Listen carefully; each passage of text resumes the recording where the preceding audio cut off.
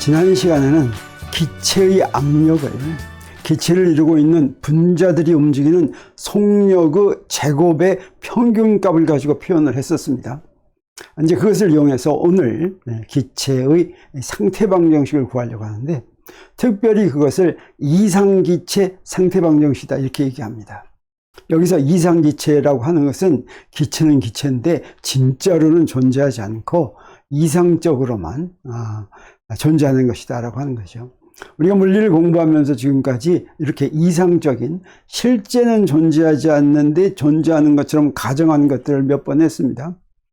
그 이유가 무엇이었냐면, 실제 문제를 다룰 때는 복잡해지는데 이상적인 것을 가정을 하면 계산은 엄청 간단하지만 그 결과는 실제적인 대상에 적용하더라도 그리 틀리지 않는, 예를 들어서 5% 차이 난다라고 하는 것은 그 계산하는 정도에 비해서 굉장히 양호한 것이죠.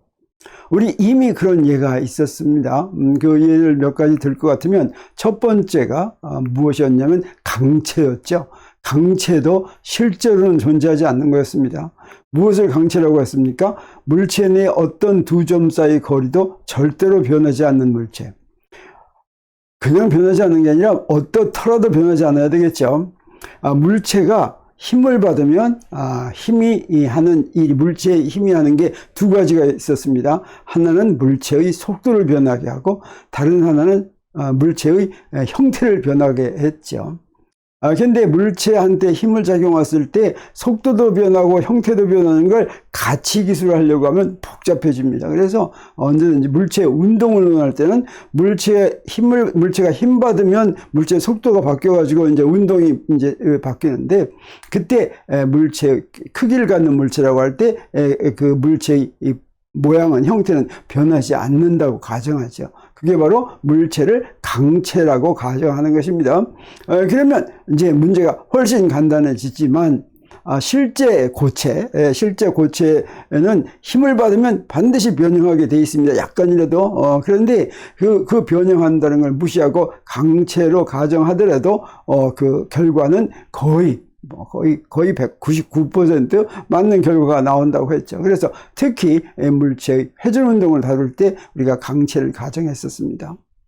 그리고 또 바로 지난번에 얼마 전에 우리 이상 유체를 공부했었죠. 이상 유체는 바로 뭐였습니까? 유체라고 하는 것은 기체와 액체를 합해서 유체라고 불렀습니다. 그리고 이 유상 유체는 뭐였냐면 그 정의가 흐르면서 밀도가 바뀌지 않고, 그래서 점성에 의해서 에너지의 손실이 없을 때, 그럴 때 이걸 이상유체라고 했죠. 이렇게 이상유체라고 가정을 할 것 같으면 베르누이 방정식이라고 하는 아주 간단한 방정식을 유도할 수가 있습니다. 근데 실제 유체는 그 베르누이 방정식에 해당하는 방정식이 굉장히 복잡해집니다. 그렇지만 이렇게 가정한 실제로는 존재하지 않더라도 이렇게 가정하더라도 베르누이 방정식으로 구한 결과를 실제 기체에도 우리가 실제 유체에도, 실제 기체나 액체에도 이제 적용할 수가 있다고 했습니다. 그러면 이 이상 유체에 기체도 포함이 되는데, 오늘 우리가 얘기하려고 하는 이상 기체는 여기서 이상 유체에 해당하는 기체하고는 얘기가 다릅니다. 이때는 이제 우리가 다른 걸 적용하려고 하는 거죠. 이상 기체는 뭘 적용하냐면 이상 기체 내부의 분자들의 열현상을 기술하려고 하는 것입니다. 그래서 이상 유체와 이상 기체는 전혀 다른 것이라고 할 수가 있습니다. 그러면 이상 기체는 어떤 가정을 하는 것이냐면, 기체를 구성하는 입자의 부피가 0이다. 기체의 부피 때문에 생기는 건 없다라고 하는 것이고, 그리고 입자들은 서로 탄성 충돌 방법으로만 상호작용하고, 그래서 분자들이 이렇게 좀 떨어져 있더라도 서로 힘작용한다든가 그러지 않고, 그 다음에 탄성 충돌을 하는 방법으로만 하니까 어떻다고 그랬습니까? 에너지가 손실이 없다고 그랬죠. 그런데 이 탄성 충돌하는 방법은 사실은 우리가 지난 시간에 기체의 압력을 구할 때, 그때 이렇게 구할 때 이 조건을 이용을 했었습니다. 그래서 이제 바로 이상기체라는 게 바로 이상기체 상태 방정식을 구할 때 이상기체라고 가정을 한 것이죠.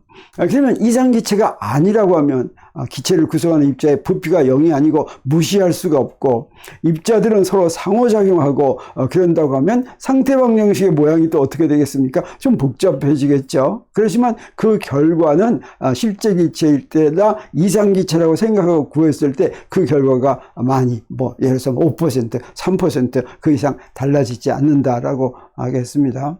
그러면 우리 이 이상기체의 상태방정식을 유도할 때 무엇이 필요하냐면, 상태방정식이란 무엇이라고 했습니까? 압력, 부피, 온도 사이를 연결하는 거라고 그랬죠. 그래서 지난 시간에 압력을 분자들의 운동의 제곱으로 표현했다면, 우리 이제 온도도 그렇게 분자들의 운동으로 표현해야 되는데, 그 온도에 대한 건 우리가 이미 알고 있었습니다. 그래서 우리 분자 속도의 제곱의 평균은 어떻게 하면 되겠습니까? 분자 하나마다 이렇게 첫 번째 분자는 V1 제곱, 두 번째 분자는 V2 제곱, 이런 것들이라면 이놈을 평균 낸다는 건 무슨 얘기겠어요? 그 분자들에 대해서 그 속도를 다 더한 다음에 분자들의 수로 나누면 그게 바로 평균이죠. 그러면 여기 양변에 n을 곱하면 이게 바로 뭐가 되냐면 분자들의 각각의 속도의 제곱을 다 더한 것은 평균 속도에다가 n 배해 준 거다라고 하는 걸 우리가 알 수가 있겠습니다. 그럼 먼저 우리 그 온도는 분자의 그 총 운동 에너지, 무질서한 운동의 운동 에너지하고 관계 있었죠. 그래서 i번째 분자의 운동 속력을 VI라고 한다면 그 운동 에너지는 어떻게 되냐면 i번째 분자의 운동 에너지입니다. 이건 2분의 mvi 제곱이 됩니다. 그래서 여기에 지금 그 분자 속력의 제곱이 들어가죠. 그러면 총 운동 에너지는 어떻게 되느냐?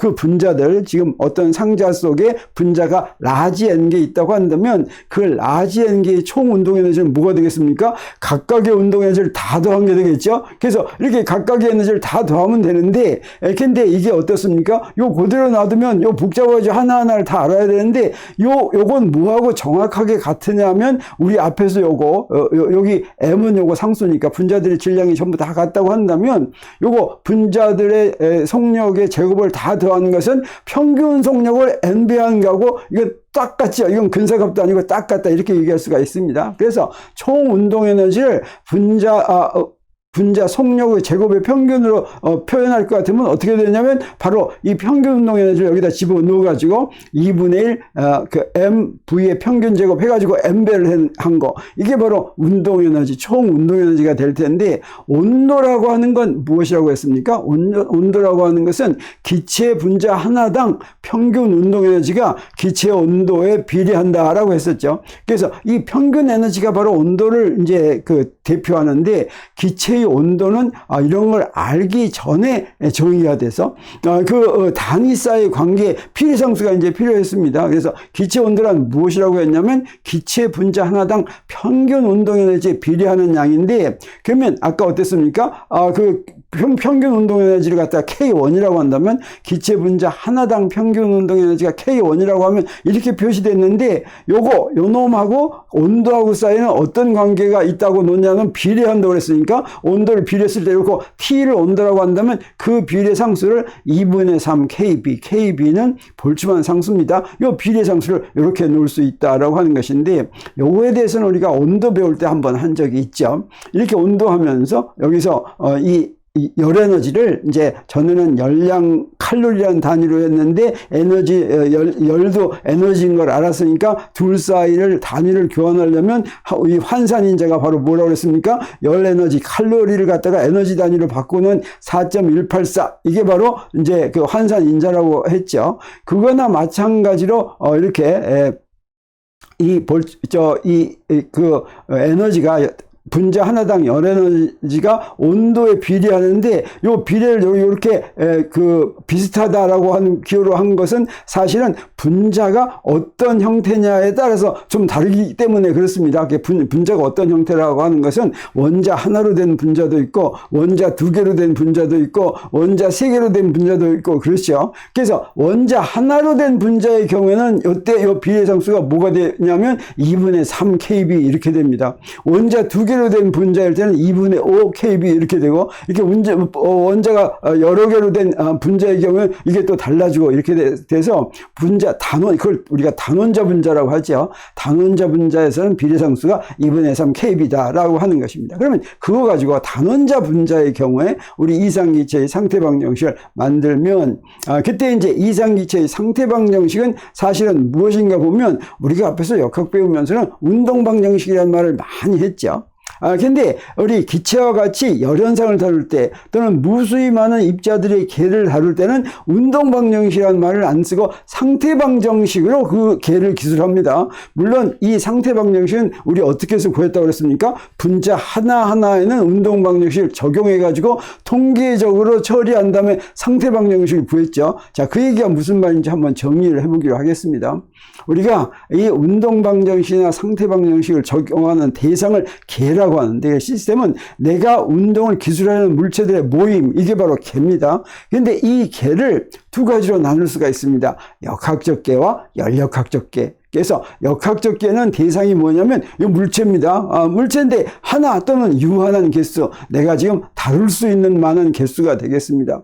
그런데 열역학적 개는 이 물체가 무수히 많게 됩니다. 이게 물체가 무수히 많게 되면 워낙 뉴턴의 운동방정식은 물체 하나마다 적용한다고 그랬죠. 무수히 많으면 그 하나마다 적용하기가 힘들게 되겠죠. 그래서 이럴 때는 이 역학적 개에서는 이 한 물체에 이제 운동방정식을 적용하면 그 물체의 상태를 표시하는 변수가 바뀌는데, 그 변수가 바로 역학적 계에서는 뭐가 되냐면 위치와 속도가 됩니다. 그런데 열역학적 계에서는 이 무수히 많은 것들을 모은 전체적인 상태를 대표하고, 그 상태 변수를 뭐라고 얘기하냐면 압력과 부피와 온도다, 이렇게 얘기하죠. 그래서 이렇게 역학적 계에서는 물체, 그 대상 물체의 상태를 바꾸게 하는 방정식, 그걸 운동법칙이라고 하고, 그걸 운동방정식 이렇게 얘기하는데, 이때 열역학적 계에서는 이런 상태 변수가 바뀌게 하는 그 방정식을 무엇이라고 부르냐면 상태방정식이다, 이렇게 부른다고 할 수가 있습니다. 그래서 역학적 계의 운동방정식에 해당하는 열역학적 계의 방정식이 바로 상태방정식이다. 영어로 얘기하면 운동방정식은 equation of motion, 상태방정식은 equation of state, 그렇게 되겠습니다. 그래서 이 운동방정식은 바로 힘이 작용하면, 물체에 힘이 작용하면 물체의 속도가 어떻게 변하는가 하는 것이 바로 운동방정식이었죠. 그리고 열역학적 계의 상태방정식은 그 개, 열역학적 기체면 기체의 압력과 부피와 온도 사이가 어떤 관계를 갖는가 하는 것이 상태방정식이다라고 하는 것입니다. 그래서 이 상태방정식을 지금 유도하는데, 우리 어떻게 유도하겠다는 것입니까? 바로 기체가 있으면, 열역학적 계가 있으면 그 열역학적 계를 이루고 있는 구성 입자들의 이제 정보를 가지고 이 상태방정식을 구한다고 하는 것입니다. 그러면 그 정보를 지금까지 우리가 무엇을 구했습니까? 우리 기체의 압력 하나 구해놨죠. 그 압력은 구성 입자들의 바로 속력의 제곱의 평균값이라는 것으로 이렇게 딱 구해놨습니다. 물론 분자의 질량도 여기 들어가지만. 그리고 그때 그 평균 속력이 V 제곱일 때 온도도 우리가 이제 앞에서 구했죠. 단원자 분자의 경우에는 2분의 1 mv 제곱, V 제곱의 평균이 바로 2분의 3 kT다, kBT다. 자, 이렇게 놓였는데, 자, 요거 가지고 이제 상태방정식을 구한다는 건 무엇입니까? 상태방정식에 드러나지 않는 건 요거 구성 입자들에 대한 정보 V제곱이죠. 근데 여기도 V제곱에 대한 평균값이 있고, 요것도 V제곱에 대한 평균값이 있으니까 요 두 개를 소거할 것 같으면 바로 뭐가 되겠습니까? 압력과 부피와 온도 사이의 관계를 우리가 구할 수 있겠구나 하는 사실을 우리가 알게 되겠습니다. 그래서 여기서부터 출발하겠습니다. 여기서 출발해가지고 두 번째 식을 이제 이용할 것 같으면 요걸 잠깐 어떻게 바꿨으면 좋겠습니까?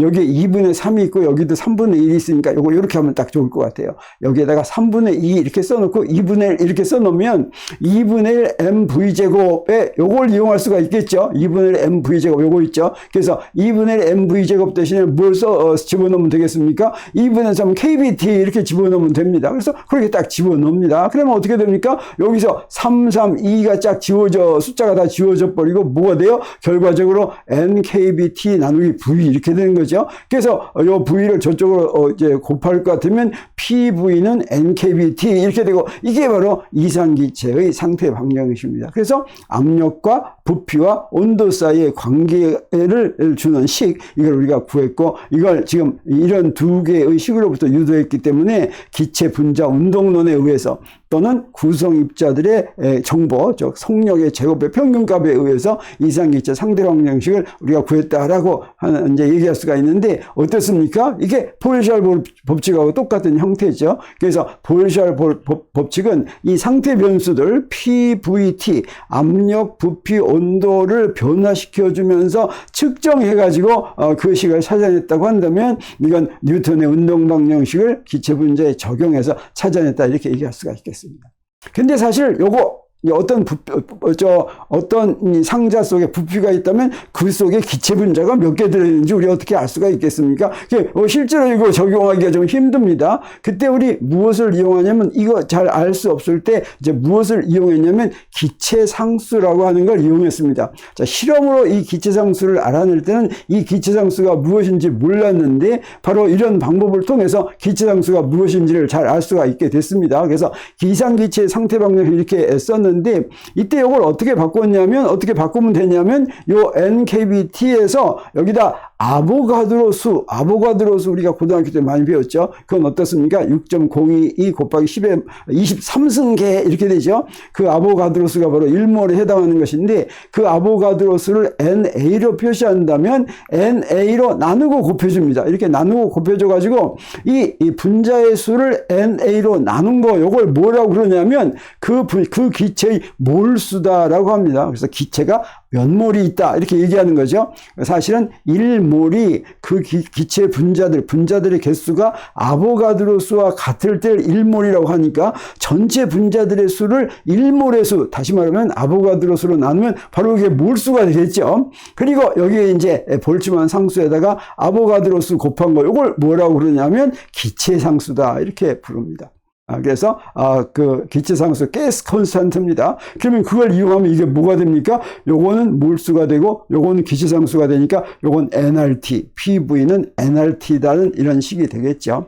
그러면 이때 몰수하고 이제 원자량하고 이런 것들을 조금 보겠습니다. 그래서 아보가드로 수하고 몰수하고 원자량이 어떻게 되는지 보겠습니다. 아보가드로 수는 우리가 잘 아는 것처럼 6.022, 정확하게 하면 6.02214 곱하기 10의 23승, 요게 몰에 마이너스 1승 한 것은 1몰당 개수다. 요 개수는 여기다가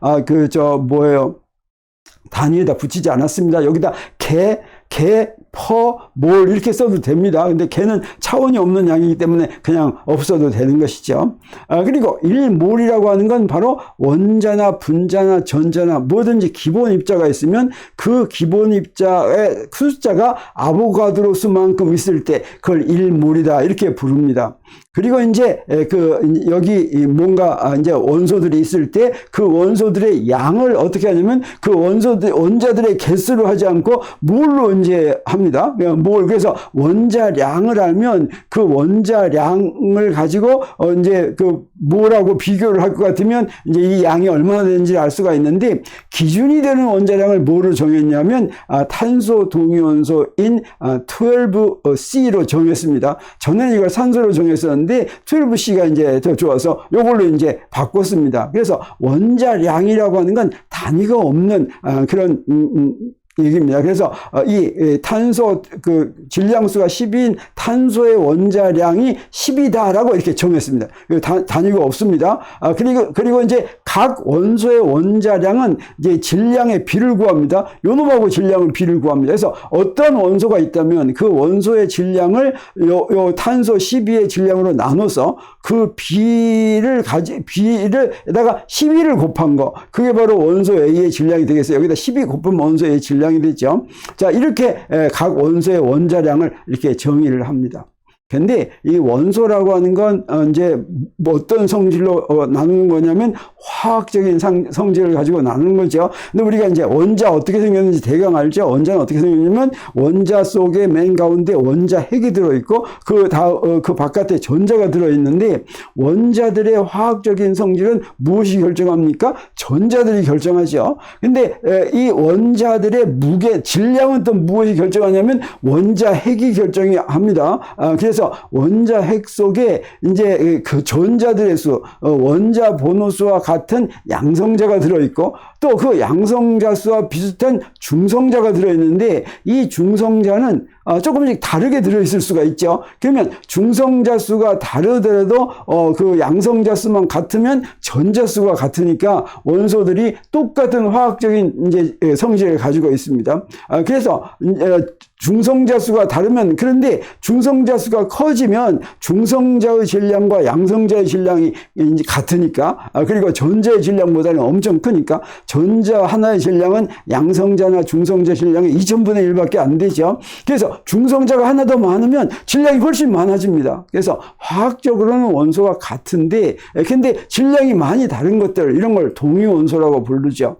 그래서 이 원자량을 그런 질량으로 구하는 데는 이 동위 원소, 다시 말하면 중성자 수가 다르면 똑같은 원소라고 하더라도 똑같은 화학적인 성질을 가지고 있더라도 질량이 막 달라지는 겁니다. 그래서 뭐라고 부르냐면 그런 원소들, 동위 원소들을 원소마다 포함하고 있기 때문에 그 원소의 원자량을 평균 원자량이다, 이렇게 얘기합니다. 왜냐하면 자연에는 원소들이, 동위 원소들이 이렇게 있습니다. 탄소의 경우에도 질량수가 12인 것만 있는 게 아니라 12인 것도 있고 13인 것도 있고 14인 것도 있고 이제 뭐 15인 거 이런 것도 있지만 그런 건 너무 작으니까, 그래서 탄소의 평균 원자량은 뭐가 있냐면 여기 이 탄소 12, 요게 98.9%고 탄소 13, 요게 1.1%고 그다음에 탄소 14, 이거는 뭐 0.0001% 하니까 따질 필요도 없어 가지고 요거 두 개 가지고 평균을 내서 원자량을 구할 수가 있습니다. 그래서 여기 탄소를 이렇게 갖고 오면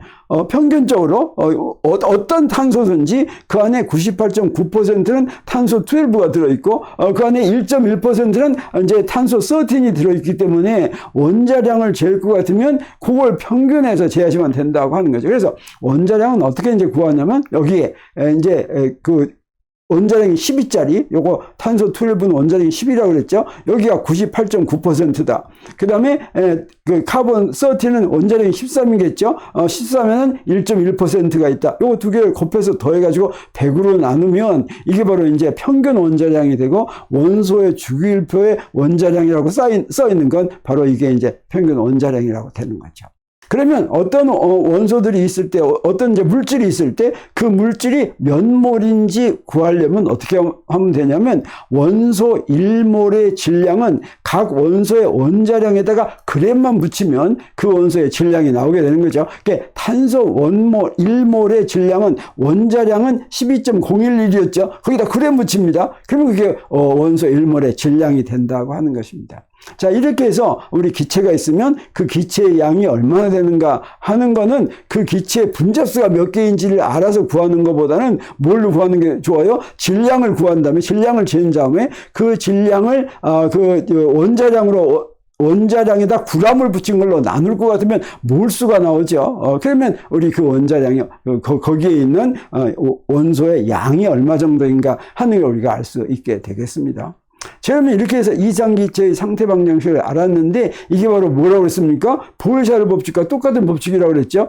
보일샤르 법칙은 어떻게 생겼냐면 PV 나누기 T는 C다 라고 하는 거였고, 그 다음에 이상기체의 방정식은 PV 나누기 T는 NKB고 이건 NR과 같다는 거였습니다. 그래서 이건 실험으로 구했기 때문에 경험 법칙, 그 다음에 이거는 운동 법칙에서 구했기 때문에 기본 법칙, 이렇게 얘기하는 겁니다. 그리고 경험 법칙으로는 저 C가 뭔지를 알 수가 없는데, 우리 이제 이 기본 법칙으로 구했을 때는 그게 KB에다가 이 부피 V 속에 들어있는 분자수를 곱한 것과 같다. 그리고 그거는 또 뭐하고도 같으냐면 기체 상수에다가 부피 속에 들어있는 기체의 몰수를 곱한 것과 같다. 이런 걸 알았죠. 자, 이렇게 연력학 법칙을 표시하는 걸 열물이라고 하고, 이렇게 표시하는 걸 통계역학이다, 이렇게 부른다고 했었습니다. 저는 마지막으로 우리 이상기체의 상태 방정식을 이용을 해서 표준 상태에서 기체의 부피, 표준 상태에서의 기체의 부피는 전부 다 우리가 22.4리터 이거 알고 있죠? 그걸 한번 이상기체의 상태 방정식으로 구해보기로 하겠습니다. 이상기체의 상태 방정식은 자, 이렇게도 표시하고 이렇게도 표시할 수가 있겠죠? 그러면 자, 이렇게 표시했을 때는 우리 어떻게 할 수가 있습니까? 이 원몰이 있다고 한다면 우리 원몰 가지고 구하겠습니다. 그럼 원몰이면 그 기체 분자의 수는 요거 아보가드로 수하고 똑같죠. 그리고 KB는 이렇게 되고, 그 다음에 여기다가 KB에다가 아보가드로 수를 곱한 기체상수는 이렇게 됩니다. 표준상태라고 하는 건 무엇입니까? 표준상태라고 하는 건 온도가 섭씨 0도, 이건 절대 온도는 237.15K죠. 그리고 압력이 원기압, 일기압은 101.3, 10만 1325 파스칼이죠. 이랬을 때 여기다 이제 대입합니다. 여기다 요거 숫자를 다 대입하면 계산을 해보면 뭐가 되냐면 딱 이렇게 돼가지고 이제 요거 SI 단위로 계산했으니까 SI 단위로 구해야 되겠죠. 0.02240 세제곱미터인데 1세제곱미터는 1000리터니까 여기다 이제 1000을 곱합니다. 그러면 22.4리터가 되고, 여기다가 똑같이 여기 N에다 물수에다가 1 대입하고 R에다가 저거 8.31 대입할 것 같으면 똑같이 여기도 마찬가지로 22.4리터가 나오는 거 우리가 알 수가 있습니다. 이렇게 해서 오늘은 이상기체의 상태 방정식을 이제 구해봤습니다. 자, 오늘 강의는 여기서 마치기로 합니다.